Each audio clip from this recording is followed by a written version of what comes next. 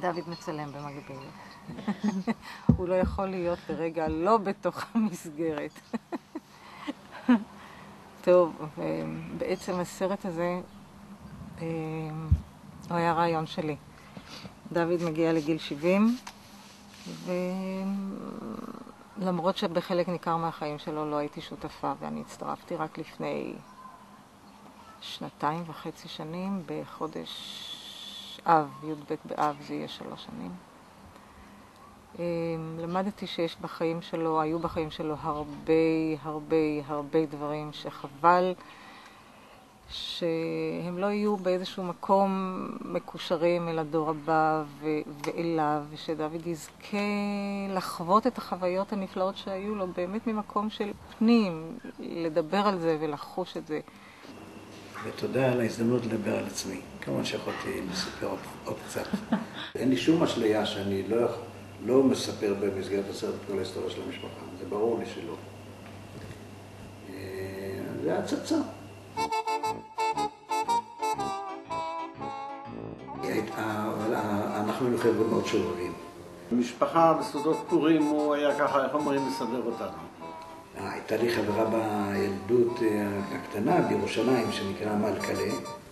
אני אומר, הודות לה, יש לי דוקטורט היום. הפכתי להיות לכתבן של מכתבי אהבה בצבא. אני משמש הרבה פעמים כרופא של דוד. מ"פ היה קורא לי טרוצקי, כי הייתי מזקן. מה עוד להגיד על דוד? שהוא אח מותק, שאני אוהבת אותו, הוא אח נהדר. אם יש אחות טובה בעולם, אז שולה זאת האחות. אין דבר יותר טוב ממנה, וזה לא מעליב את שמולי, כי אני מדבר על אחות. אדוני, יהיה גם אחותי, לא רק שלך. סיפור חיים הוא כמו מסע ארוך, ומי ישורנו. יש והוא כליל ומתנשא אל על, ויש הוא כמו שייט בים, שקט וכחול, כחול. ויש לפעמים שהוא סוער ומזדעף, קשה ומתנפץ.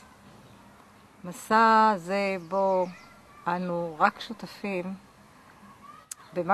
מה שבעצם מזמנים לנו מהשמיים, הוא כמו גלגל ענק. פעם הוא למעלה, פעם אנחנו למעלה ופעם אנחנו למטה.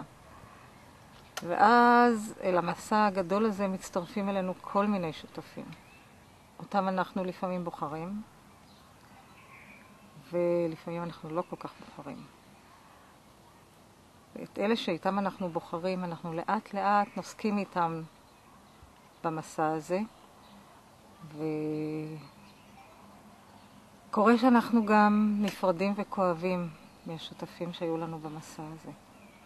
אבל כמו תמיד, אחר כך אנחנו עולים אל על. דוד אישי היקר, אל מסע חייך הצטרפתי קצת אחרי אמצע החיים. אחרי ימים קשים וכואבים. אני הצטרפתי אל הגלגל הענק של חייך.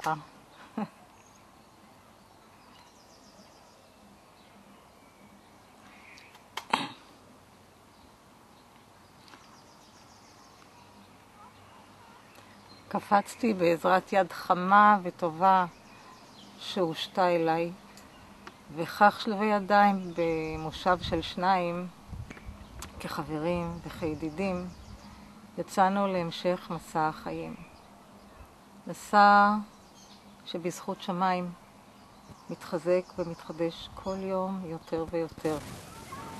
ולי נותר רק לאחל ולהתפלל שכן ירבו הימים ומתוך שמחה, באהבה והתחדשות, ונזכה בעלייה מעלה במשותף, מתוך אחווה, רעות ואהבה.